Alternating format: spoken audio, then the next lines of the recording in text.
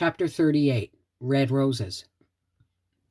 The garden of the little house was a haunt beloved of bees and reddened by late roses that August. The little house folk lived much in it, and were given to taking picnic suppers in the grassy corner beyond the brook, and sitting about in it through the twilights, when the great night moths sailed athwart the velvet gloom. One evening Owen Ford found Leslie alone in it. Anne and Gilbert were away, and Susan, who was expected back that night, had not yet returned. The northern sky was amber and pale green over the fir tops. The air was cool, for August was nearing September, and Leslie wore a crimson scarf over her white dress. Together they wandered through the little friendly, flower-crowded paths in silence. Owen must go soon. His holiday was nearly over. Leslie found her heart beating wildly. She knew that this beloved garden was to be the scene of the binding words that must seal their as yet unworded understanding. Some evenings a strange odor blows down the air of this garden like a phantom perfume, said Owen. I've never been able to discover from just what flower it comes. It's elusive and haunting and wonderfully sweet. I like to fancy it as the soul of Grandmother Selwyn passing on a little visit to the old spot she loved so well. There should be a lot of friendly ghosts about this little old house. I have lived under its roof only a month, said Leslie, but I love it as I've never loved the house over there where I have lived all my life. This house was built and consecrated by love, said Owen. Such houses must exert an influence over those who live in them. And this garden, it is over 60 years old, and the history of 1,000 hopes and joys is written in its blossoms. Some of those flowers were actually set out by the schoolmaster's bride, and she had been dead for 30 years. Yet they bloom on every summer. Look at those red roses, Leslie, how they queen it over everything else. I love red roses, said Leslie. Anne likes the pink ones best, and Gilbert likes the white, but I want the crimson ones. They satisfy some craving in me as no other flower does. These roses are very late. They bloom after all the others have gone, and they hold all the warmth and soul of the summer come to fruition, said Owen, plucking some of the glowing half-open buds. The rose is the flower of love. The world has acclaimed it so for centuries. The pink roses are for love hopeful and expectant. The white roses are love dead or forsaken. But red roses, ah, Leslie, what are the red roses? Love triumphant, said Leslie in a low voice. Yes, love triumphant and perfect. Leslie, you know, you understand.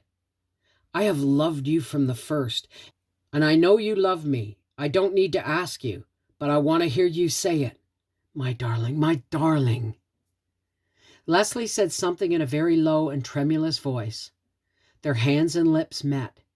It was life's supreme moment for them as they stood there in the old garden with its many years of love and delight and sorrow and glory.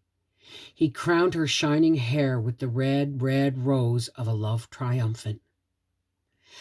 Anne and Gilbert returned presently, accompanied by Captain Jim. Anne lighted a few sticks of driftwood in the fireplace for the love of the pixie flames, and they sat around in it for an hour of good fellowship. When I sit looking at a driftwood fire, it's easy to believe I'm young again, said Captain Jim.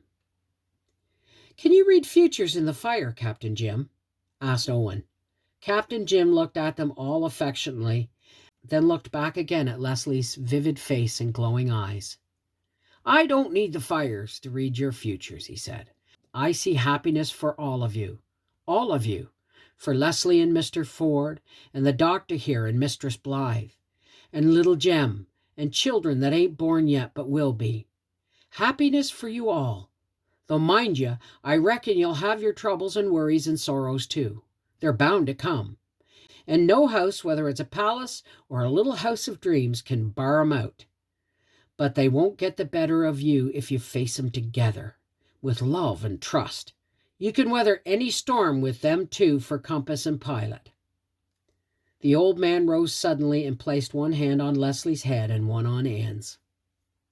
2 good, sweet women, he said, true and faithful and to be depended on. Your husbands will have honor in the gates because of you. Your children will rise up and call you blessed in the years to come." There was a strange solemnity about the scene. Anne and Leslie bowed as though receiving a benediction. Gilbert suddenly brushed his hand over his eyes. Owen Ford was rapt as one who can see visions. All were silent for a space.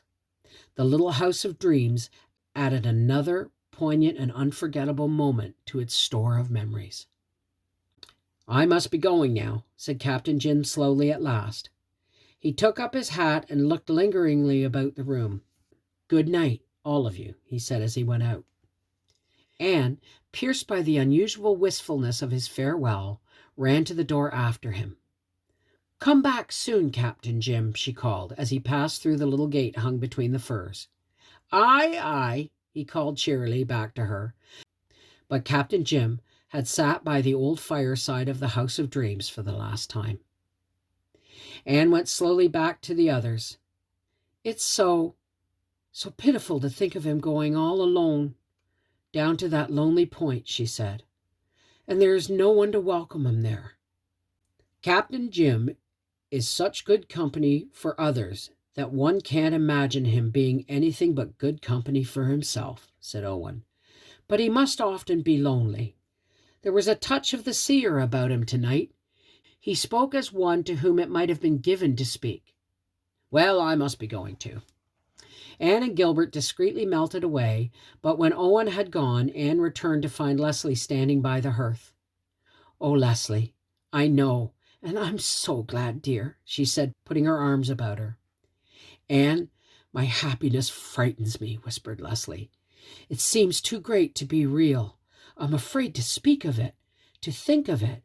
It seems to me that it must be just another dream of this house of dreams, and it will vanish when I leave here." "Well, you're not going to leave here until Owen takes you. You're going to stay with me until that time comes. Do you think I'd let you go over there to that lonely, sad place again?" "Thank you, dear. I meant to ask you if I might stay with you. I didn't want to go back there. It would seem like going back into the chill and dreariness of the old life again. Anne, what a friend you've been to me. A good, sweet woman, true and faithful and to be depended on. Captain Jim summed you up." "He said women, not woman," said Anne. "Perhaps Captain Jim sees us both through the rose-colored spectacles of his love for us. But we can try to live up to his beliefs in us at least." "Do you remember, Anne," said Leslie slowly, "that I once said that night we met on the shore that I hated my good looks? I did, then. It always seemed to me that if I had been homely, Dick would never have thought of me. I hated my beauty because it attracted him. But now, oh, I'm glad that I have it. It's all I have to offer Owen. His artist soul delights in it. I feel as if I do not come to him quite empty-handed." "Owen loves your beauty, Leslie. Who would not? But it's foolish of you to say or think that that is all you will bring him. He will tell you that. I needn't. And now I must lock up. I expected Susan back tonight, but she has not come." "Oh, yes, here I am, Mrs. Doctor, dear," said Susan, entering unexpectedly from the kitchen. "And puffing like a hen drawing rails at that. It's quite a walk from the glen down there." "I'm glad to see you're back, Susan. How's your sister?" "She's able to sit up, but of course she cannot walk yet. However, she is very well able to get on without me now, for her daughter has come home for her vacation, and I'm thankful to be back, Mrs. Doctor, dear. Matilda's leg was broken and no mistake, but her tongue was not. She would talk the legs off an iron pot, that she would, Mrs. Doctor, dear, though I grieve to say it of my own sister. She was always a great talker, and yet she was the first of our family to get married.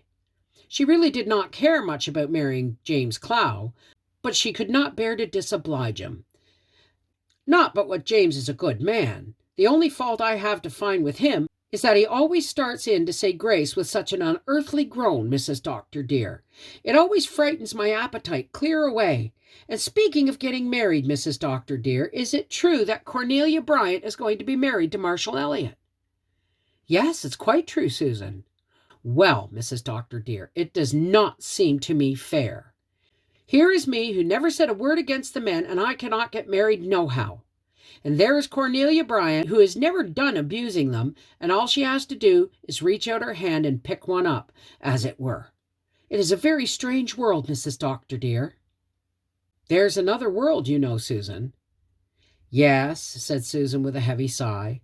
But, Mrs. Doctor dear, there is neither marrying nor giving in marriage there.